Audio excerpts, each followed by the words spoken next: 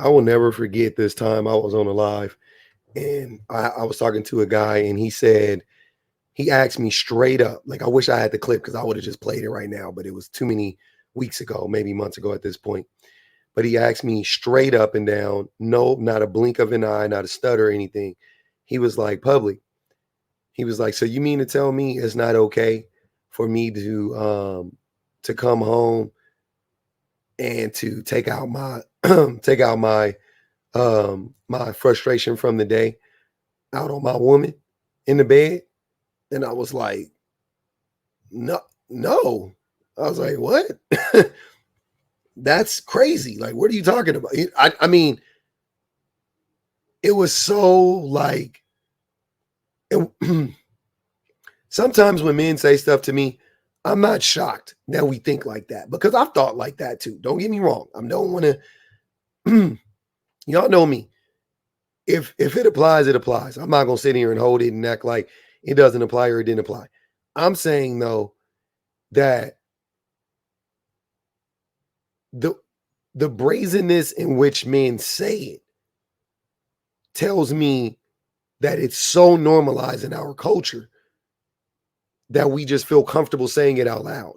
You know what I mean? Because I've thought that before. I've never but like when I thought it, I was like, that's weird. You know what I mean? Like it wasn't like I thought it and believed it. I just thought about it and was like, well, and I was like, well, no, that's not okay. But so many men will say stuff like that, just like open, like out in the open. It proves to me every day how normalized this stuff is because why would you feel like that was okay to say?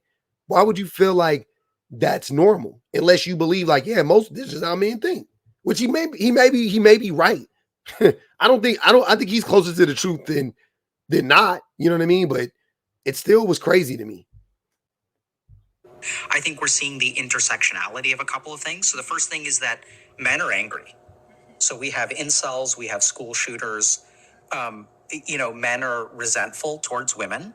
So I think part of the reason we're seeing this violence against women in the pornography is because there's an angry incel who's home alone, who doesn't believe they're ever going to have sex, believes that women are gatekeeping this. And so the masculine, predatory, systemic, I'm going to teach this woman a lesson.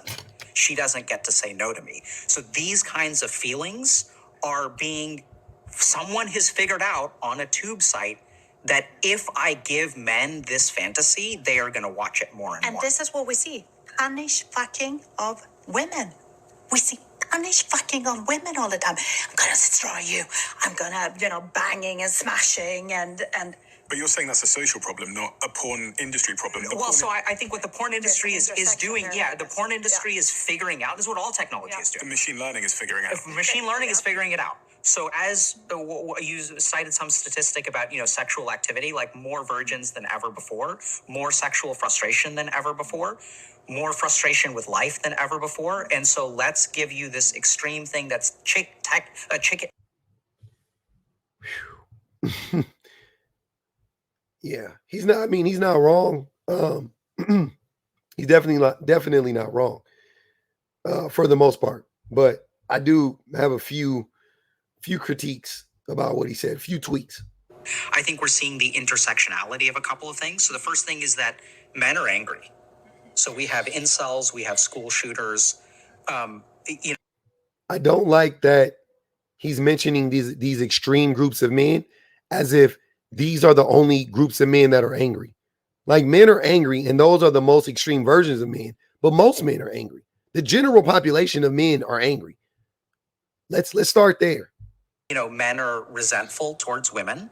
So I think part of the reason we're seeing this violence against women in the pornography is because there's an angry incel who's home alone, who doesn't believe they're ever going to have sex, believes that women are gatekeeping this. And so the guy who asked me the question about punishing his girl when he comes home from work through having sex, he wasn't an incel. He had kids. Like, you know what I'm saying? Like, he wasn't some incel. Like, he gets girls. He has access to vagina. But he was like, yeah, when I come home, it's not okay for me to fuck my girl. And I was like, no, What the fuck? So no, I don't like when we act like these things are extreme versions of men. I feel like it's very necessary for us to express that it is most men. And I don't know if most men get off on this. Don't get me wrong. Like, I don't know that. But most men are angry. So it wouldn't be hard for me to believe that most men actually thought like this. You dig what I'm saying? So the masculine, predatory, systemic, I'm gonna teach this woman a lesson. She doesn't get to say no to me. So these kinds of Listen to how he's describing masculinity, right? As predatory, which I talk about all the time. How there's nothing good about masculinity, right? And here's proof. How can something that can be attributed to most men, like predatory behavior, also be positive?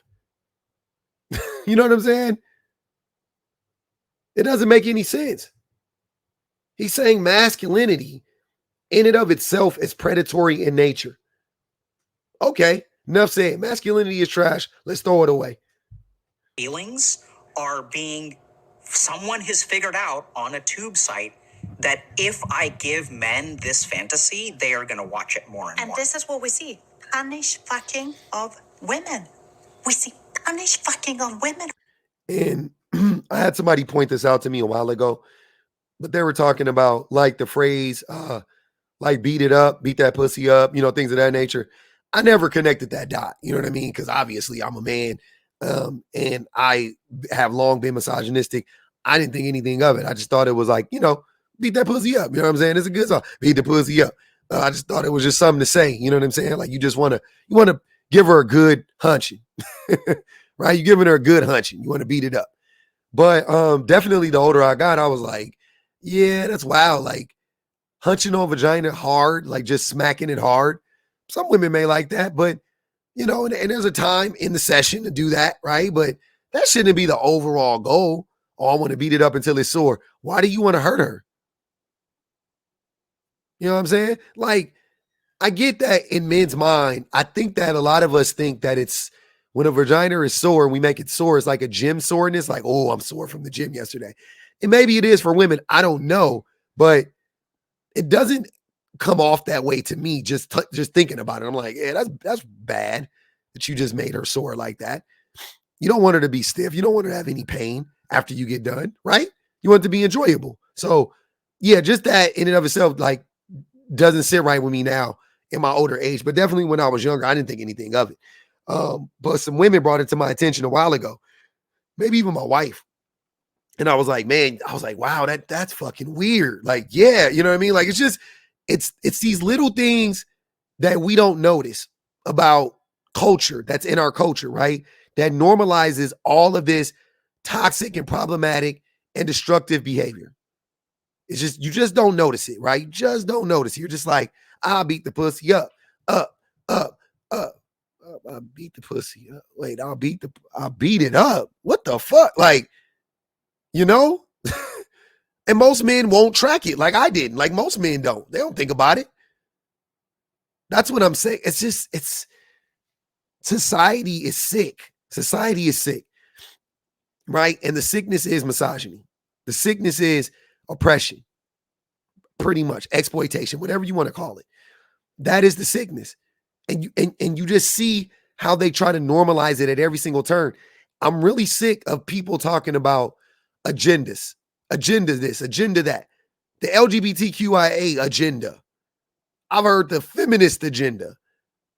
Right? We live in a what do they call it? A vagina centric. What's the word? A vaginal centric. A gynocentric society, right? But here is the real example of that is how we normalize violence against women. That's the real agenda. The real agenda is normalizing the oppression of women. The real agenda is normalizing violence against women. The real agenda is normalizing exploitation of women. That's the real agenda. I don't know about any of those other agendas. I don't know. I haven't seen those, right? Because a gay person exists in television doesn't mean there's a gay agenda. Because a transgender man or woman exists in television doesn't mean there's a trans agenda. Because black people on TV doesn't mean there's a black agenda or some anti-white agenda or some shit like that. It's not what it means. But when I hear how what men are able to get away with, when I see all the things that aren't demonized or vilified or made illegal, like violent porn, which I think should be made illegal to make. I think violent porn should be illegal to make. Period, point blank. Every time I see stuff like that, I'm like, okay, that's the agenda. That's the real agenda. That's what I'm seeing every day. That's what I see all day, every day. And I don't mean porn because I don't watch porn all day, every day. But I'm just saying that agenda I hear and I see all day, every day. And it's been, I mean, when I think back on it, it's like, when wasn't it like this? I can't remember a time when it wasn't like this. From men calling women bitches and hoes, which normalizes the exploitation and the denigration of women. So does bitches, right? Men objectifying women in music and videos and art. Quid pro quo, left and right at work. The dirty locker room talk being allowed to exist. Going unchecked, right? None of the coaches even checking. None of the adult males are checking it, right? My whole life, I've been like, now I can go back and now I can see it all tied in together. And I'm like, damn, it was always there. It was always there. All it took was for me to open up my fucking eyes for 5 minutes.